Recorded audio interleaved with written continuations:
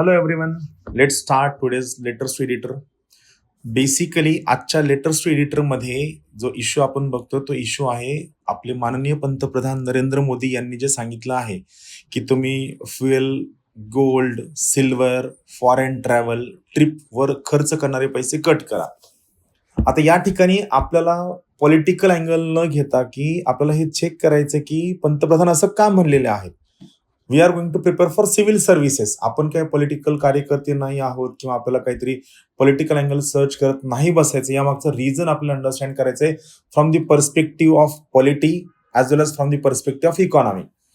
आता रिसेंटली तुम्हाला रिअलाइज झालं असेल की स्ट्रेट ऑफ होर्मुझ मध्ये जो ब्लॉकेट झालाय यामुळे आपल्याला जी फ्युएलची रिक्वायरमेंट आहे आपल्या रिक्वायरमेंटच्या जवळपास 80% फ्युएल आपण इम्पोर्ट करतो आणि फ्युएल इम्पोर्ट करताना आपण आपल्या इंडियन रुपीमध्ये फ्युएल इम्पोर्ट करू शकत नाही. Reason being Indian rupee is not a hard currency. Hard currency soft currency काय आपण नंतर बघूया. पण रिझन काय की Indian currency is not a hard currency. म्हणजे याचा अर्थ काय की आपल्याला आपल्या रुपीला अगोदर हार्ड करन्सीमध्ये कन्वर्ट करावं लागेल. मग which is the most preferable hard currency, तर त्या सोयीनं पाहायला गेलं तर dollar is the most preferable hard currency. पण जर आपल्याला आपले डॉलर खूप जास्त खर्च करावे लागतील, रिझन बिंग की स्ट्रेट ऑफ हॉर्मुझच्या ब्लॉकेटमुळं जे आपलं ऑइल बॅरलची प्राइस आहे याची प्राइस जवळपास इथं बघा with crude above $105 per barrel. म्हणजे एका बॅरल क्रूड ऑइलची प्राइस $105 जर गेली असेल तर 100% आपल्याला खूप जास्त पैसे ऑइल इम्पोर्ट करायला खर्च करावे लागतील. मग जर ऑइल पण इम्पोर्ट करायचं आहे आपल्याला, दुसरी महत्वाची गोष्ट आपल्याला गोल्ड पण इम्पोर्ट करायचं आहे आणि सिल्वर पण इम्पोर्ट करायचं आहे आणि सोबतच आपली जी रिक्वायरमेंट आहे डिफेन्सची, मेडिसिन्सची, रॉ मटेरियलची किंवा आणखीन इलेक्ट्रॉनिक्स आणि टेलिकम्युनिकेशनला चिप्सची, या सगळ्या, कारण AI सध्याचा बूमिंग जमाना आहे. मग या केसमध्ये पंतप्रधान नरेंद्र मोदी यांचं जे म्हणणं आहे की तुम्ही तुमच्या लॅविश गोष्टींवरचा खर्च कमी करा because there are chances that we might suffer economically. हा राईट पॉइंट आहे. पण इथं आपण बघूया की यांनी काय व्ह्यू मांडलाय. सो बेसिकली यांचं काय म्हणणं आहे की austerity should come from top down. आता या ठिकाणी ऑस्टेरिटी वर्डचा मिनिंग काय, तर ऑस्टेरिटी म्हणजे काय, तुम्ही एकदम साधं सिंपल आयुष्य जगणं, असेटिक आयुष्य जगणं. थोडक्यात काय की तुम्ही तुमचा अननेसेसरी, अनवॉरंटेड एक्सपेन्स कमी करणं म्हणजे ऑस्टेरिटी. सो थोडक्यात काय की तुम्ही जो खर्च तुमच्या स्वतःवर करतो कमी व्हायला हवा. या लेटरचं म्हणणं आहे की हे वरच्या लोकांनी, म्हणजे जे सगळी लोक प्रीच करतात तुम्ही खर्च कमी करा, त्यांनी करायला हवा. जेव्हा नरेंद्र मोदी यांनी या प्रकारचं आवाहन केलं त्यानंतर आपण पाहितलं की पॉलिटिकल रॅलीज असतील, पॉलिटिकल नेते असतील, यांनी ज्या पद्धतीने त्यांचा कॉन्वॉय किंवा त्यांचा कॅव्हलकॅड, त्यांचा मोटरचा ताफा कॅरी केला, तो आपल्याला लक्षात आलं की ते कुठंतरी नरेंद्र मोदी यांच्या बोलण्यामध्ये आणि राजकीय नेत्यांच्या वागण्यामध्ये खूप मोठी तफावत दिसत आहे. मे बी त्यांच्या म्हणण्याची ग्रॅव्हिटी किंवा इंटेन्सिटी राजकीय कार्यकर्त्यांना किंवा राजकीय नेत्यांना कळत नाहीये. So with crude above $105 per barrel and the Strait of Hormuz crisis threatening of India's. आता या दोन गोष्टींमुळे काय होतं तर it is threatening India's foreign exchange reserve. हा सगळ्यात मेन वाला मुद्दा आहे की आपण काय यावर लक्ष द्यायला हवं. तर आपला जो फॉरेक्स रिझर्व्ह आहे हा या ठिकाणी कुठेतरी कॉम्प्रोमाइज होतोय. So prime minister Narendra Modi's call for citizen to restrain on fuel, gold and foreign travel is understandable. ठीक आहे, मान्य आहे की तुम्ही म्हणताय, चांगली गोष्ट, पण मॉरल ऑथॉरिटी रिक्वायर्स सिमेट्री हा स्टेटमेंट महत्व. याचा अर्थ काय की तुम्ही जे मॉरली लोकांना असं वागू नका म्हणून सांगताय, तर तुम्ही बोले तैसा चाले त्याची वंदावी पावले. म्हणजे तुम्ही जे बोलताय हे जर तुम्ही, तुमचे कार्यकर्ते, तुमचे पॉलिटिकल लीडर जर करत असतील तर ते ऍक्सेप्टेड आहे.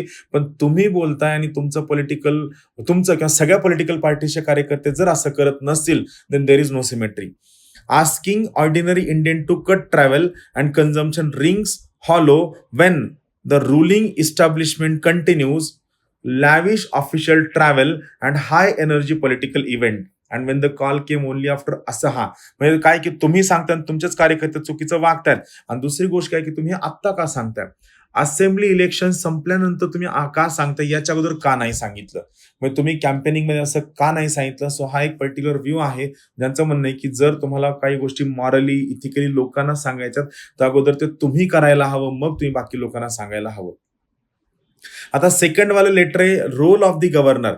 तर टेक्निकली या ठिकाणी रोल ऑफ गव्हर्नरमध्ये यांनी काय केलं की यांचं म्हणणं आहे की अलास्कर नावाचे जे गव्हर्नर आहेत तामिळनाडूचे यांनी काही चुकीचं वागलेलं नाहीये, यांचं सगळंच्या सगळं वागणं करेक्ट आहे, ते पॉलिटिकली करेक्ट आहे, ते सेंट्रल गव्हर्नमेंटचा एजंट म्हणून बघत नाहीत असं त्यांचं म्हणणं आहे. बेसिकली यांनी मांडलेलं लेटर ही प्रत्येकची दुसरी बाजू आहे. मी तुम्हाला UPSC शिकवताना प्रत्येक वेळेस सांगत असतो की Wien your writing answer you should have a balanced view. तुमचा व्ह्यू जर वन साइडेड असेल, तुमचा व्ह्यू जर लोप साइडेड असेल, तर याचा तुम्हाला कधीही बेनिफिट होत नाही, याचं तुम्हाला नुकसानच होतं. तर या पर्टिक्युलर केसमध्ये आपण दुसरी बाजू, फॉर एक्झाम्पल तुम्हाला इंटरव्ह्यूमध्ये सुद्धा विचारण्यात आलं की तमिळनाडू गव्हर्नरचं सांगणं तुम्ही सपोर्ट कसं कराल, जस्टिफाय कसं कराल, तर तुम्ही म्हणू शकता की नाही सर आम्हाला असं वाटतं की तमिळनाडूचा गव्हर्नर हा बायस्ड वागला, as a agent of central government वागला, किंवा त्यानं ही try to bring that constitutional post as a employment under the central government. तर असं न सांगता जर तुम्हाला इंटरव्ह्यू पॅनल म्हणलं की नाही तुम्ही त्याला जस्टिफाय करा बाय गिव्हिंग, तर त्या केसमध्ये काय उत्तर होऊ शकतं? थोडक्यात ही अदर बाजू आहे ज्यात त्यांचं म्हणणं आहे की नाही तमिळनाडूचे गव्हर्नर हे बायस नव्हते and he followed whatever constitutional mandate given to him by the constitution. Let's read it. See the role of governor in Tamil Nadu election result needs a relook. त्यांचं कारण याला आपण परत एकदा वर्कआउट करूया की काय म्हणणं आहे. बरोबर आहे. Now see, in this instance the governor acted appropriately. त्यांचं म्हणणं काय की गव्हर्नर अप्रोप्रिएटली ऍक्ट झालेत आणि जो कॉन्ट्ररी व्ह्यू आहे तो गरजेचा नाहीये, त्याला विनाकारण चुकीच्या पद्धतीने मांडण्यात आलेलं आहे. नऊ सी, आता याचं परत पुढे काय म्हणणे, सायनिस त्या ऑफिस बद्दल निगेटिव्हिटी क्रिएट करण्यात आली. According to Sarkaria commission, UPSC प्रिलिमचं प्रिपरेशन करणाऱ्या प्रत्येकाला मी तुम्हाला सांगतो की सरकारिया कमिशन UPSC प्रिलिमचं फेवरेट कमिशन आहे, सेंटर स्टेट रिलेशनवरचं कमिशन आहे आणि याच्यावरती दरवर्षीच्या UPSC प्रिलिम्स मला एक प्रश्न नक्की येतो. पण याचा अर्थ तुम्ही सरकारिया कमिशनचे कागदपत्र उचलून वाचत बसण्यात अर्थ नाहीये. सरकारिया कमिशनच्या रिकमेंडेशनवर कुठेही तुम्हाला चांगल्या नोट्स मिळतील, त्या तुम्ही रीड केल्या तरी मोर दॅन सफिशियंट आहे. माझं सांगायचं म्हणणं की Sarkaria commission is one of the very important commission in our answer writing. No, Sarkaria commission's recommendation, the largest coalition, not political party, largest coalition should first be invited to form the government. हा पहिला मुद्दा झाला. तर या केसमध्ये असं largest coalition नाहीये, DMK largest नाहीये, AIADMK नाही, किंवा TVK सुद्धा, TVK पॉलिटिकल पार्टी आहे. TVK is not a coalition at the moment. म्हणजे थलपती विजयच्या पार्टीला मिळालेले जे वोट आहेत ते सिंगल पॉलिटिकल पार्टीला मिळालेले मेंबर्स आहेत, ते कोणत्याही कोएलिशनला मिळालेले नाहीयेत. मग जर तुमच्याकडे लार्जेस्ट कोएलिशन नसेल तर त्या केसमध्ये इथं लक्षात घ्या, preference should then be given to single largest party. या केसमध्ये कोणती आहे तर TVK led C Joseph Vijay याच्याकडं DMK आणि AIADMK दोघांपेक्षा सुद्धा जास्त सीट आहेत. सो जेव्हा mister Vijay approach the governor, there is nothing improper. आता या ठिकाणी गव्हर्नरची बाजू घेत आहेत हे लिहिणारे, तर यामध्ये गव्हर्नरच्या बाजूने काही इम्प्रॉपर नव्हते in asking him to furnish proof of the numbers required to form the government. Actually काय झालं की खूप सगळ्या स्टेटमध्ये असं गव्हर्नर वागलेला नाहीये. पण या ठिकाणी यांचं म्हणणं की गव्हर्नरचं वागणं चूक का नाहीये, तर अगेन त्यांनी SR बोम्मई केसचा सपोर्ट दिलेला आहे. In SR Bommai case, the Supreme Court of India held that floor of the House is the constitutionally ordained forum for testing ministry's majority. हे पुन्हा पुन्हा येतं बघा, सेंटर स्टेट रिलेशन आणि SR बोम्मई केसवर यावर्षी UPSC प्रिलिम्सला तुम्ही पक्क कन्सिडर करा, क्वेश्चन येऊ शकतात.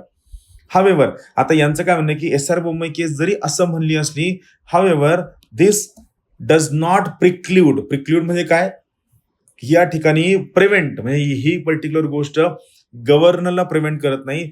This does not preclude the governor from ascertaining whether the single largest party has the requisite support, inviting it to face the house or not. So हे थोडक्यात कसं आहे, यांनी मांडलेलं आहे, आपण दुसरी बाजू म्हणून ऍक्सेप्ट करूया. पण टेक्निकली जर समजा भारतभरातील सगळे गव्हर्नर जर रुलिंग पॉलिटिकल पार्टीकडे मेजॉरिटी नसताना जर त्यांना गव्हर्नमेंट फॉर्म करण्यासाठी बोलत असतील, तर तमिळनाडूच्याच पर्टिक्युलर केसमध्ये तुम्ही हा पर्टिक्युलर पॉईंट का वापरता की या पर्टिक्युलर केसमध्ये त्यांच्याकडे मेजॉरिटी असायला हवी आणि गव्हर्नरने असं वागायला नको.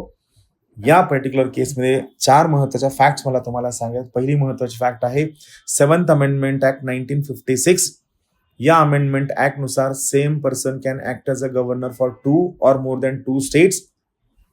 सेकंड इम्पॉर्टंट आहे की सुप्रीम कोर्टच्या काही महत्वाच्या ऑब्झर्वेशन्स पैकी एक अत्यंत महत्वाचं ऑब्झर्वेशन आहे, governor is an independent constitutional office. Governor is not an employment under central government. पण आणखीन एक क्रिटिसिझम सुप्रीम कोर्टने मांडलेला आहे, governors act as an agent of the central government in their working. Thank you very much. Have a great